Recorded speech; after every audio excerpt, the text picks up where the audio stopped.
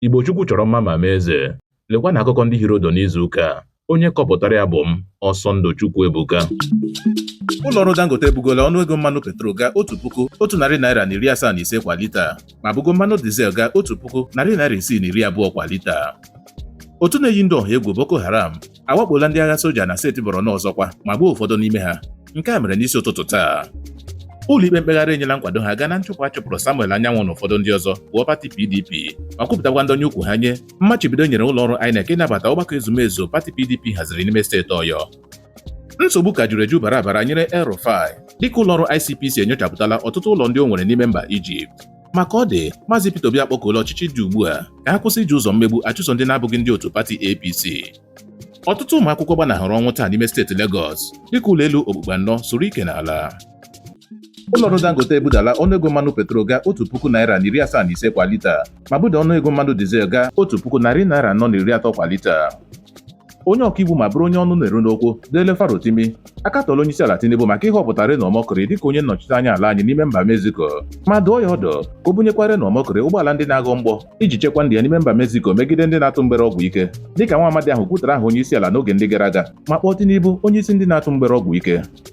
Ọgbaghara pati PDP agbagorola elu ọjị ugbu a dịka ndị ndu nke Turaki nọ n'isi ya azọpụla ụkwụ gawa ụlọikpe okpocha ọgwụ n'ihi nkagbu ụlọikpe mkpegharị kagburu ọgbakọ ezumezu ndị pati PDP haziri n'ime steeti Ọyọ. Mba US adọla aka na ntị na-apụrụ inwe mwakpo ndị omekome na-eyi ndụ ọha egwu n'ogbe ụlọ ọrụ ha na ụlọ akwụkwọ ndị dị n'ime mba Naịjirịa. Onye minista nchekwa ala anyị Christopher Musa akpọọla oku ọdọrọkwa gaa n'ebe ndị isi ụlọ ọrụ nchekwa ala anyị nọ dịka ha na ugbu a na-enwe nnọkọ na Abuja n'ihi ka ọnọdụ enweghị nchekwa n'ime ala anyị ji adịnyekwu njọ kwa ụbọchị. Otu nwata nwa okorobịa dị n'agbata afọ 21 ruo 25 amụnyela ụlọ obibi ezinụlọ ya ọkụ n'ime steeti Lagos dịka ya na ndị ezinụlọ ya nwere nkụrịta nkọ a na-arụ aka na o mere nke a site n'ike nke ṅụrụ ihe ọgwụ ike. Ogbunigwe mba Iran gbapụrụ banye mba United Arab Emirates emerụọla mmadụ karịrị 100 ahụ gụnyere otu nwaafọ ala anyị Naịjirịa.